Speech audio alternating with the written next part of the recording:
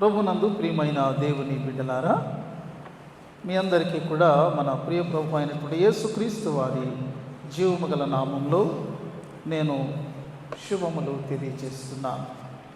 దేవునికి వందనాలు చెల్లిస్తున్నాను.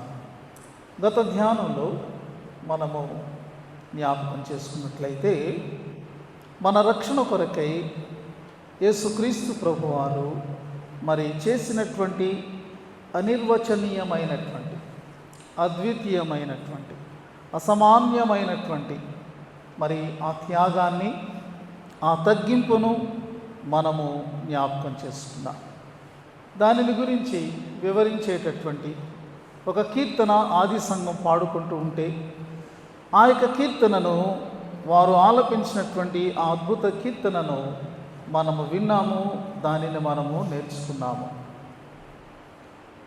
మరి ఈ 12వ వచనం నుండి ఉన్నటువంటి ఈ యొక్క వాక్య భాగాన్ని మనం గమనించినప్పుడు, పౌలు భక్తుడు ఫిలిప్పీ సంఘానికి ఏమని చెబుతూ ఉన్నాడు అంటే,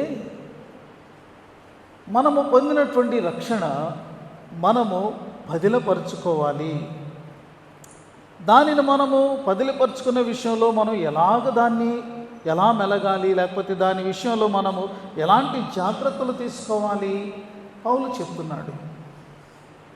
ప్రభువు వారు మనకు రక్షణనివ్వడానికి ఆయన ఎలాంటి గొప్ప మరి ఆ యొక్క తగ్గింపును ఆయన చూపారు. పౌలు దానిని మన ముందుకు తీసుకుని వచ్చాడు. ఆయన మన కొరకు చేసినటువంటి త్యాగమంతటినీ మనకు జ్ఞాపకం చేశాడు. ఇంతటి త్యాగాన్ని, తగ్గింపును చూపిస్తూ ఆయన ఈ గొప్ప రక్షణను మనకు అందుబాటులోకి తీసుకుని వచ్చాడు. Salvation is available to all the humanity. కాబట్టి దీనిని పొందుకున్నటువంటి మనము దాని విషయంలో ఎలా ఉండాలి అని చెబుతూ ఇక్కడ ఆయన మాట్లాడుతూ ఉన్నాడు. ప్రియమైన వారు, రక్షణ అనేటటువంటిది వ్యక్తిగతమైనటువంటిదండి. Salvation is personal. అంటే ఇతరులను మెప్పించడం కోసం చేసే పని కాదు. కొన్ని పనులు ఉంటాయి, ఇతరులను మెప్పించడం కోసం మనం చేస్తాం. అయితే మనకు ఆకలేసింది అనుకోండి, ఇతరులను మెప్పించడానికి మనం భోజనం చేయం కదా, అది మనకు కావాలి, మనకు ఆకలి తీరాలి, అది మన పర్సనల్ థింగ్. రక్షణ కూడా అలాంటిదే. కాబట్టి ఈ యొక్క సత్యాన్ని మనం గమనించవలసినటువంటి వారంగా ఉన్నాము.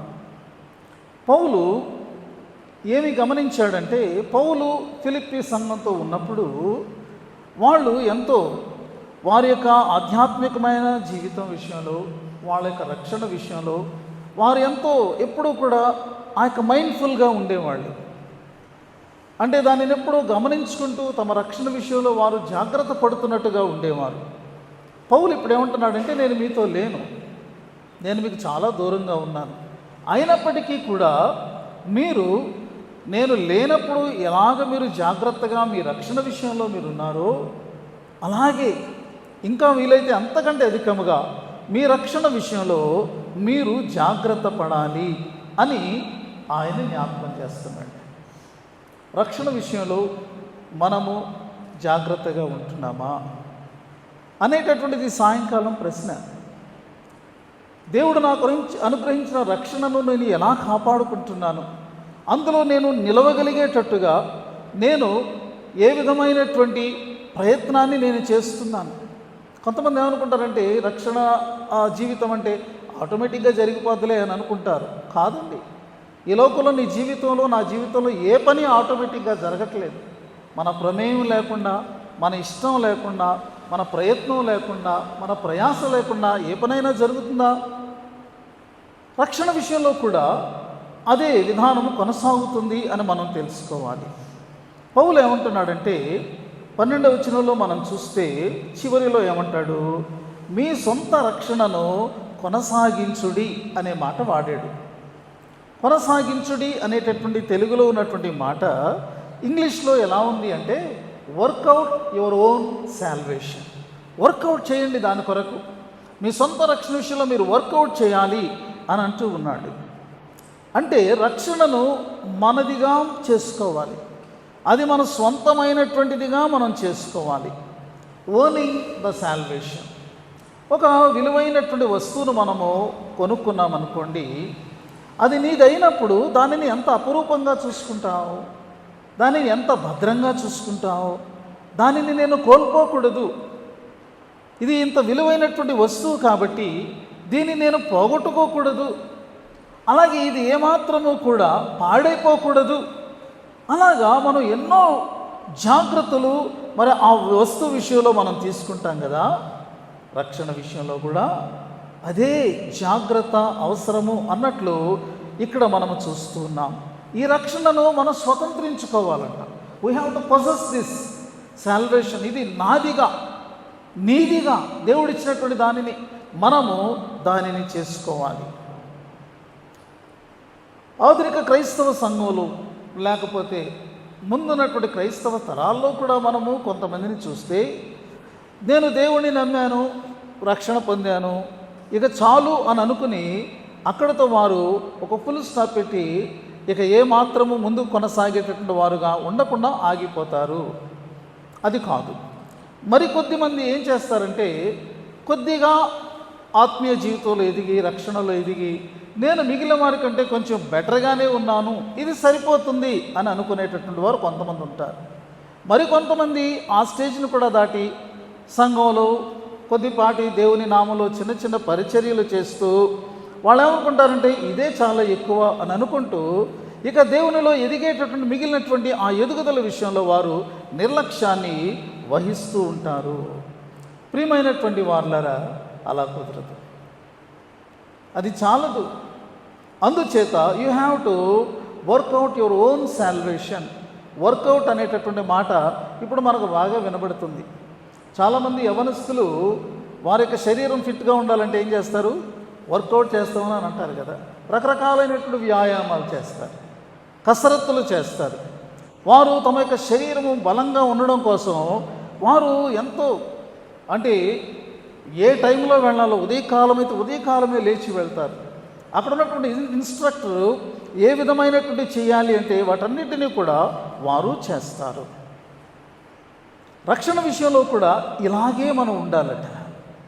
పౌలు మరి ఫిలిప్పీ సంఘానికి మాత్రమే కాకుండా తిమోతికి వ్రాస్తున్నప్పుడు కూడా ఇలాంటి మాట ఆయన వ్రాశాడు.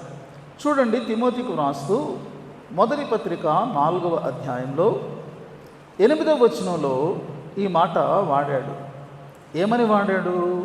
శరీర సంబంధమైనటువంటి సాధకము కొంచెము మట్టుకే ప్రయోజనకరమవును, కానీ దైవభక్తి ఇప్పటి జీవం విషయంలోనూ రాబో జీవం విషయంలోనూ వాగ్దానముతో కూడినదైనందున అది అన్ని విషయములలో ప్రయోజనకరము అగును. కాబట్టి 7వ వచనం, అపవిత్రములైన ముసలమ్మ ముచ్చటలను విసర్జించి దేవభక్తి విషయంలో నీకు నీవే సాధకము చేసుకునము.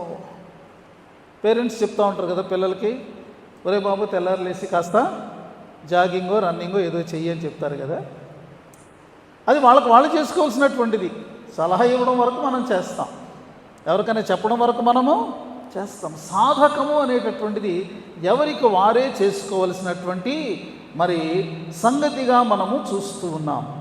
దేవభక్తి విషయంలో విశ్వాసి నీకు నీవే సాధకం చేసుకోవాలి. ఏమి చేయాలి అని మనం ఆలోచన చేస్తే, మనము దేవుని వాక్యాన్ని చక్కగా మనము దైవవాక్య జ్ఞానముతో మనము నింపబడాలి.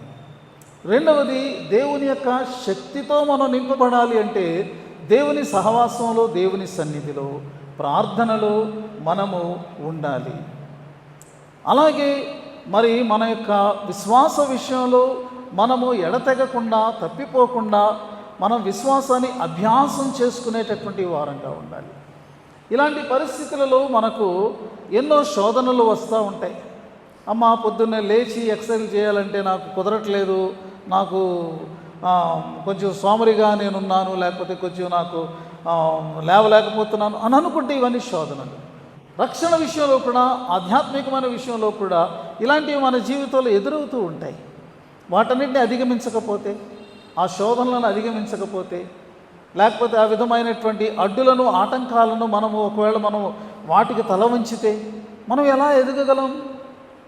కాబట్టి ఇదిగో ఈ యొక్క ఆధ్యాత్మికమైనటువంటి అభ్యాసాలన్నీ కూడా క్రమము తప్పకుండా మనము చేయాలి.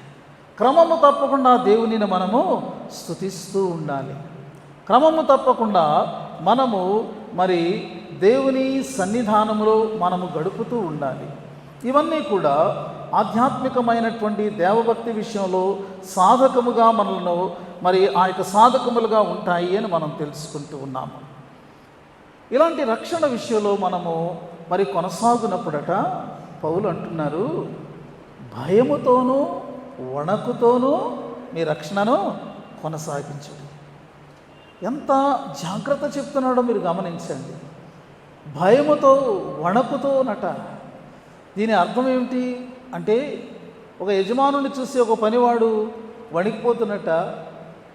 అమ్మో నేను ఏదో తప్పు చేశాను, నన్ను శిక్షించేస్తాడేమో అని భయపడిపోతూ వణికిపోతూ ఉంటారు కదా, అలాంటిది కాదు.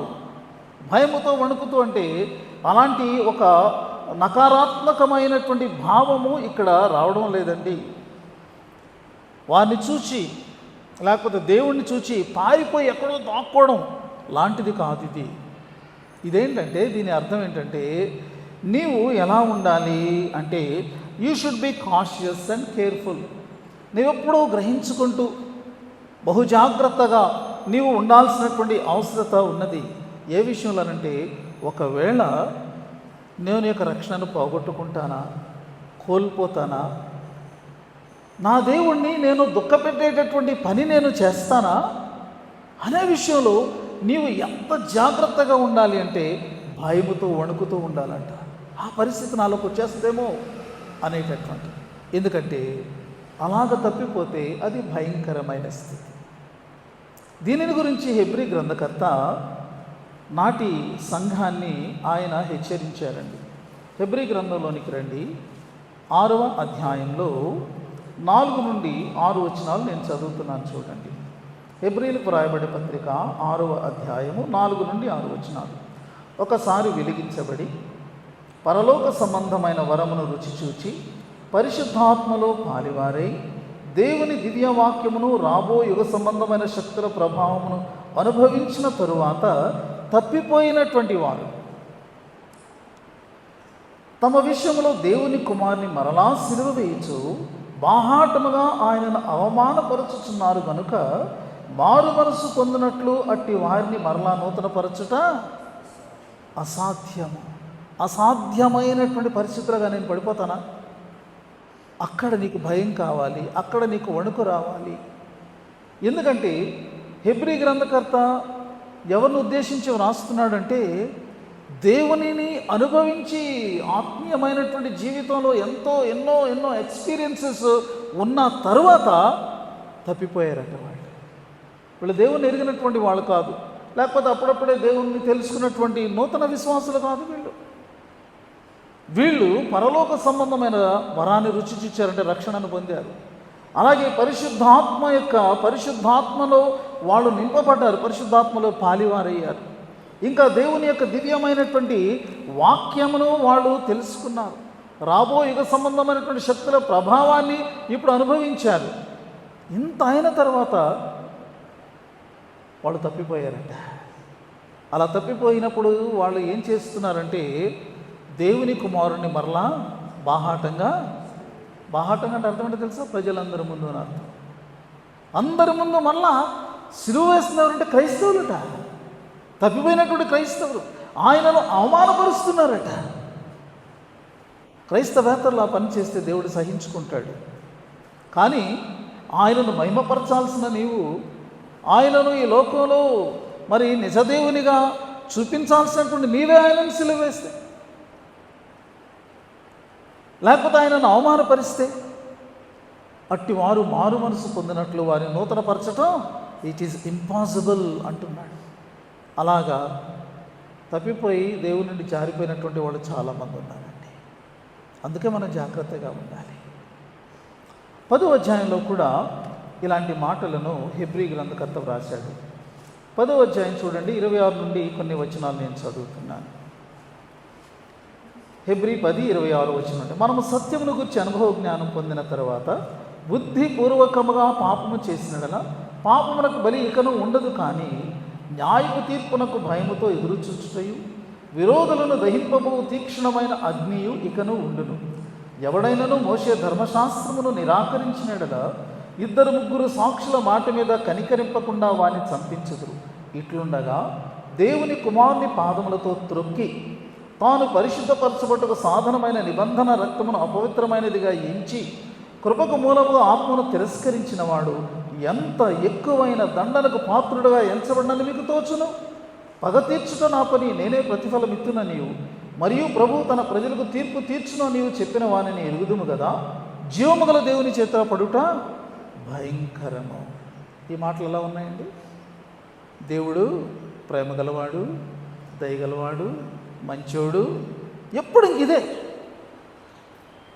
రక్షణ విషయంలో నేను దేవుని కొరకు నేను ఒక పౌరుషంగా జీవించాలి, దేవుని కొరకు నేను రోషం కలిగినటువంటి సాక్షిగా ఉండాలి అనేటువంటి విషయంలో పట్టింపు లేదు. దేవుడు మంచోడు కదా అని ఆ మంచితనాన్ని క్యాష్ చేసుకునేవాళ్ళు. దేవుని యొక్క కృపను వీరు అడ్వాంటేజ్గా తీసుకునేటటువంటి వాళ్ళు అనేక మంది కనబడుతున్నారు. సంఘమా జాగ్రత్త. దేవుణ్ణి మనము తేలికగా అంచనా వేయకూడదు. దేవుని యొక్క కృపను మనం అడ్వాంటేజ్గా తీసుకుంటే దేవునికి తెలీదా? దేవుని యొక్క మంచితనాన్ని మనము క్యాష్ చేసుకుంటే దేవుడు గ్రహించలేడా? మనము దేవుణ్ణి ఆ రీతిగా మోసం చేయొచ్చు అనుకునేటటువంటి వాళ్ళు కొంతమంది ఉంటారు. కానీ ఇక్కడ వాక్యం ఎంత సూటిగా ఉందో చూసారా? బుద్ధిపూర్వకంగా ఎవడైనా పాపం చేస్తే వాళ్ళకి ఇంకా క్షమాపణ, వాళ్ళకి ఇంకా బలి ఉండదంటండి. ఈ మాటలు మనం సీరియస్గా తీసుకోవాలి. వాళ్ళ కోసం ఏమున్నాయి? న్యాయపు తీర్పు, విరోధులను దహించబో తీక్షణమైన అగ్ని ఉంటుంది. Be careful. ఒక వ్యక్తి బుద్ధిపూర్వకంగా పాపం చేసినప్పుడు 3 ఘోరమైన నేరాలు దేవుని ఎదుట చేస్తున్నాడు. మొట్టమొదటిది ఏంటంటే దేవుని కుమారుని పాదములతో త్రొక్కినట్లుగా అతడు బిహేవ్ చేస్తున్నాడు. రెండవది ఏంటంటే తాను పరిశుద్ధపరచుబడుకు సాధనమైనటువంటి నిబంధన రక్తం, క్రీస్తు శిలువలో కాచినటువంటి రక్తాన్ని అపవిత్రమైన దానినిగా అతడు ఎంచుతున్నట్టు, అలాగే కృపకు మూలమైనటువంటి ఆత్మను తిరస్కరిస్తున్నట్టు. ఇంకా వ్యక్తి జీవితంలో ఇంకా ఏ రక్షణ అనేటువంటిది ఎక్కడుంది? ఇక అతడు దేవునిని ఏ రీతిగా అతడు మరి దేవుని యొక్క అనుగ్రహాన్ని పొందగలుగుతాడు? జీవమగల దేవుని చేతిలో పడుట భయంకరము. గమనించుకోవాలి. మనం దేవుని వాక్యాన్ని మనం తెలుసుకోవాలి. ఎంతవరకు దేవుని ఒకవైపు నుంచే చూస్తూ మనము ఎలాగైనా జీవించవచ్చు అనుకునేటటువంటి ఒక లూజ్ లైఫ్లో ఏ విశ్వాసి కూడా ఉండకూడదు అనేటటువంటి ఒక గొప్ప సత్యాన్ని మనము చూస్తున్నాం. కాబట్టి ఒకసారి వెలిగించబడి ఆరిపోయినటువంటి స్థితి కాదు. దినదినానికి కూడా ఇక వెలుగు అధికమవుతూ ఉండాలి. వెలిగించబడినటువంటి నీవు, నీ వెలుగు అధికం కావాలి అంటే నీ క్రైస్తవ సాక్ష్యం దినదినానికి కూడా అది ఎఫెక్టివ్గా, ప్రభావవంతంగా మారాలి. అలాగే బుద్ధిపూర్వకంగా ఏదో మనం తెలియకో లేకపోతే శోధనకు లోనయ్యో ఏదో ఒత్తిడికి లోనయ్యో తప్పు చేస్తే అది వేరే విషయం అండి. బుద్ధిపూర్వకంగా అంటే ఏంటో తెలుసా? నీ ఇష్టపూర్వకంగా ఎంచుకొని పాపము చేయడం అనేటటువంటి దాన్ని చెప్తూ ఉన్నాడు. అంటే తప్పు చేస్తున్నారు కానీ అపరాధ భావాన్ని ఫీల్ అవ్వడం లేదు. ఆ కాన్షియన్స్ గిల్టీ కాన్షియన్స్గా అవడం లేదనమాట. అది అలవాటైపోయి మామూలు అయిపోయి వాళ్ళు అందులో కొనసాగుతున్నటువంటి స్థితి. అది వద్దు అని అంటూ నీవు బుద్ధిపూర్వకంగా ఏమి ఇష్టపడాలి అంటే నేను దేవునిలో ఇంకా పరిశుద్ధంగా నేను ఉండాలి, దేవునిలో నేను పవిత్రంగా నేను జీవించాలి. నా దేవుడు పరిశుద్ధుడు కాబట్టి నేను కూడా ఆయన కృపను కోరుకుంటూ, పరిశుద్ధాత్మ దేవుని సహాయాన్ని కోరుకుంటూ, ఒకవేళ నా జీవితంలో ఏదైనా అపవిత్రత ప్రవేశిస్తుందేమో దాన్ని తొలగించమని నేను కోరుకుంటూ దినదినమో కూడా నేను మరి దేవునిలో ఎదగాలి అనేటటువంటి రీతిగా మన బుద్ధి అలాంటి దాన్ని కోరుకునేటటువంటిదిగా ఉండాలని ఇక్కడ మనము నేర్చుకుంటూ ఉన్నాము. ప్రియమైనటువంటి వాళ్ళారా, పౌలు దీని కంటిన్యూషన్లో ఏమంటున్నాడు అంటే 13వ వచనంలో దీనిని చెప్తూ, ఎందుకనగా మీరు ఇచ్చయించుటకును కార్యసిద్ధి కలుగు చేసుకున్నటకును తన దయా సంకల్పము నెరవేరుటకై మీలో కార్యసిద్ధి కలుగు చేయవాడు దేవుడే. ఇక్కడ ఒక మాట వ్రాయబడి ఉంది చూడండి. అదేంటంటే తన దయా సంకల్పము నెరవేరునట్లు అనేటటువంటి మాట. గమనించారా? దేవుని యొక్క దయా సంకల్పం ఏమిటండి?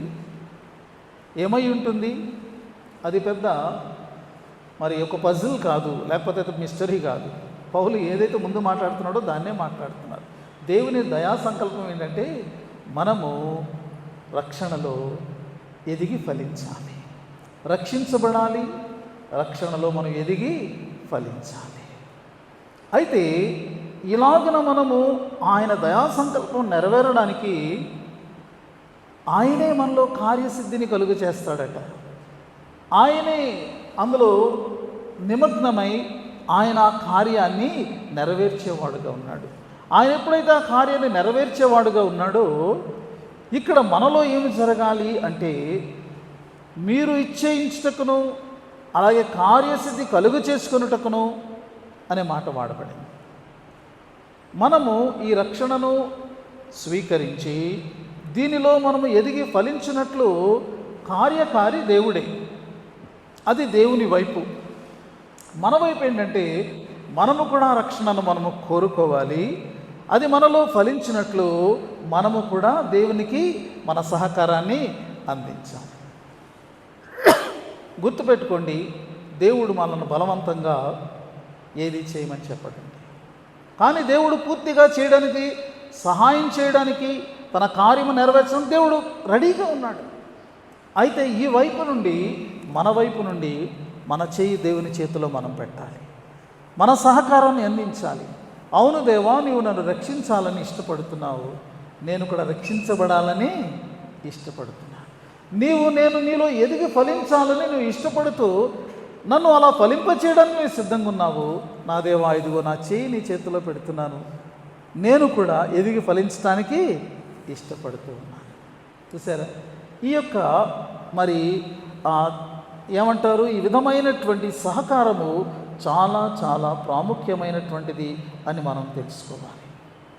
ప్రియమైనటువంటి వాళ్ళారా, రక్షణ విషయంలోకి మనం వచ్చినప్పుడు ఇక్కడ 3 సంగతులను మనము జ్ఞాపకం చేసుకోవచ్చు. అదేంటంటే మనము రక్షణ పొందాలి అనేటటువంటి ఒక ప్రేరేపణ, లేకపోతే ఒక ఆశ, ఒక మంట రగిల్చేటటువంటిది దేవుడనట. అలా కాకపోతే మనం ఎన్నడూ కూడా మనం దేవుని ప్రమేయం లేకుండా దేవుని వైపు చూడడానికి కానీ, దైవ సంబంధమైనటువంటి రక్షణను మనం అపేక్షించడానికి కానీ మనకు మనసులోనే తట్టదట. సువార్త ప్రకటించబడినటువంటి స్థలాల్లోనికి మీరు వెళ్ళినట్లయితే వాళ్ళు అసలు ఏమి దేవుని గురించి తెలియనటువంటి వారుగా ఉంటారు. వాళ్ళకి ఆలోచనే ఉండదు. ఆ విధమైనటువంటి ఆ కోరిక వాళ్ళలో ఉండదు. అందుచేతనే సువార్త చాలా ప్రాముఖ్యమైనటువంటిది. సువార్త ఏం చేస్తుందంటే వెళ్ళి వాళ్ళ జీవితాలని తడుతుందన్నమాట. ఈ సువార్త ద్వారా వెళుతున్నటువంటిది ఏమిటి అంటే దేవుని యొక్క పిలుపు వెళుతూ ఉన్నదన్నమాట. Gospel is the call of God అంటూ సాల్వేషన్. సువార్త అంటే రక్షించబడండి ప్రజలారా అని దేవుడిస్తున్నటువంటి ఒక ఆహ్వానం, ఒక పిలుపు. అందుచేతనే ఆయన సంఘానికి ఆదేశించింది ఏంటి అంటే మీరు సర్వలోకమునకు వెళ్ళి సర్వ సృష్టికి సువార్తను ప్రకటించండి. అలా సువార్త వెళ్ళకపోతే వాళ్ళకి అసలు దేవుని గురించి తెలియదు.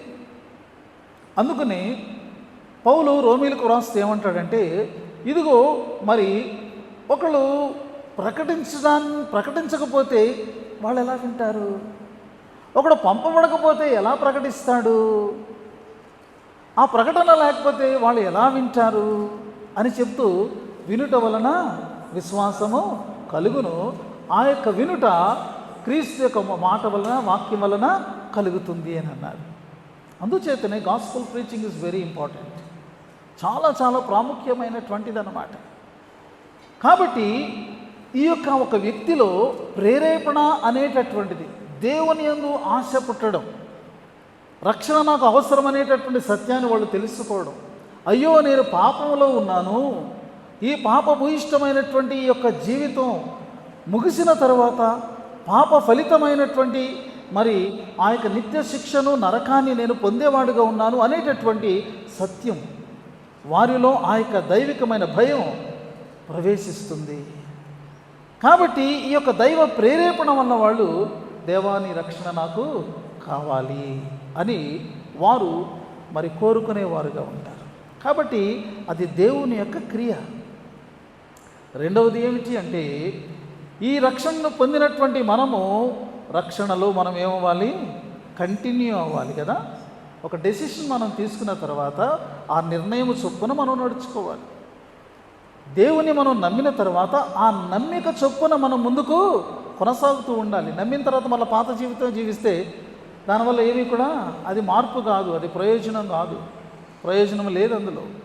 కాబట్టి ఒక నిర్ణయం చేసుకున్న తర్వాత, దేవుని యందు మన విశ్వాసం నిలిపిన తర్వాత, దేవుని జీవితంలో దేవుని చేతిలో మన జీవితాన్ని పెట్టిన తర్వాత మనం అందులో కొనసాగుతూ ఉండాలి.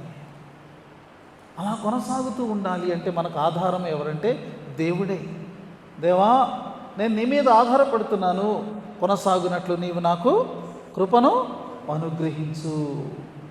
దేవుడు ఆ విషయంలో మనకు ఆధారంగా ఉండాలని ఆయన ఆశిస్తున్నారండి. ఇది ఒక ప్రాసెస్ అన్నమాట. ఇది ఒక ఏమంటారు, ప్రారంభమైనటువంటి క్రియ కొనసాగుతూ ఉండాలి, ఒక ప్రాసెస్లో కొనసాగుతూ ఉండాలి. ఈ రక్షణ అనేటటువంటిది ఒక ప్రాసెస్.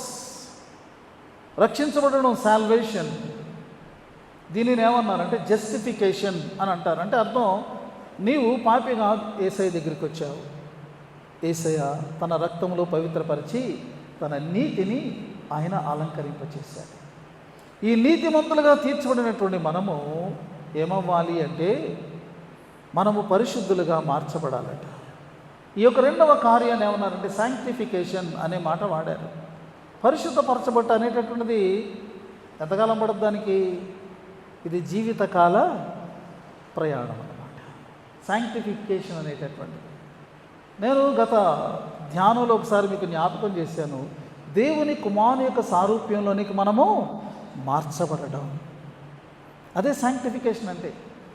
ఆయన ఎలాంటి పరిశుద్ధమైనటువంటి వాడుగా ఆయన ఉన్నాడు, ఆయన గుణగణాలు ఎంత ఉన్నతమైనవిగా ఉన్నాయో ఆ స్థాయికి మనము దినదినము కూడా ఆయనను పోలినటువంటి వారంగా మనం ఎదుగుతూ ఉండడం. కాబట్టి ఒక గ్రోత్ అనేటటువంటిది this is life long process. ఇక మూడవది ఏంటంటే, ఈ ప్రాసెస్ యొక్క ముగింపు ఏంటి? రక్షణ యొక్క ముగింపు ఏంటంటే, మనము వ్యక్తిగతంగా నిజంగా విశ్వాసంతో కాదు, ఇప్పుడు నిజంగా దేవుని సన్నిధిలో దేవుని ముఖారవిందాన్ని మనము చూస్తూ మనకు దేవునితో ఉంటాం. కాబట్టి యొక్క రక్షణ యొక్క అది మనల్ని ఎక్కడికి చేరుస్తుందంటే దేవుని దగ్గరకు, మనము దేవునితో ఉండేటటువంటి స్థితి. దానిని గ్లోరిఫికేషన్ అని అంటారు, మహిమపరచబట్టం అని అంటారు. అంటే క్రైస్తవులమైన మనం ఇప్పుడు ఏ యొక్క దశలో ఉన్నాం అనమాట? రెండో దశలో ఉన్నాం కదండి. మనమందరము కూడా రక్షించబడిన వారము, మన ప్రభువును మనము విశ్వసించిన వారము, ఆయనను ప్రేమించే వారము అయ్యాము. ఇప్పుడు మనము ఆ యొక్క స్థితిలో కొనసాగేటటువంటి వారంగా, అందులో దినదినానికి కూడా ఇంకా మనము ఎదిగేటటువంటి వారంగా ఈ స్టేజ్లో మనం ఉన్నాము. కాబట్టి దీనిని మనం కాపాడుకుంటే, మూడవది మన ప్రమేయం లేదు. గ్లోరిఫికేషన్ అనేటటువంటి దానికోసం మనమేం కష్టపడక్కర్లేదు. ఈ ప్రాసెస్లో నీవు నేను కొనసాగిపోతే గ్లోరిఫికేషన్ అనేటటువంటిది దేవుడు తన బిడ్డల విషయంలో, విశ్వాసుల విషయంలో ఆయన ఖచ్చితంగా ఆయన నెరవేర్చుకునేటటువంటి వారుగా ఆయన ఉంటారు. కాబట్టి ప్రియమైనటువంటి వారులారా, మన కాలాతీతం అవుతుంది. ఈ 2 వచనాలు ఈ దినము ధ్యానానికి ఈ సమయం మనకు సరిపోయింది. కాబట్టి మనం ఇదిలో నేర్చుకున్నటువంటిది ఏంటంటే, విలువైన రక్షణను మనం పొందుకున్నాం, దీనిని మనం కాపాడుకోవాలి. ఇందులో మనము వర్ధిల్లేటటువంటి వారంగా ఉండాలి. ఇందులో మనము వర్ధిల్లుటకు మన దేవుడు మనకు సహాయకుడిగా ఉంటానని వాగ్దానం చేస్తున్నారు. కాబట్టి ఆ పరిశుద్ధాత్మ దేవుని సహాయంతో రక్షణలో కొనసాగుట మాత్రమే కాదు, అంటే ఉన్న స్థాయిలో కొనసాగుట మాత్రమే కాదు, ఇది ఒక ఉన్నతమైన స్థితికి ఎక్కుతున్నట్టు అన్నమాట. కాబట్టి అలాగున మన యొక్క ఆధ్యాత్మిక జీవితంలో మనము పైకి ఎదుగునట్లు మనం దేవుని సహాయాన్ని కోరుకుందాం. పరిశుద్ధాత్మ దేవుడు అలాంటి కృపను, శక్తిని మనందరికీ మెండుగా అనుగ్రహించునుగాక. ఆమేన్.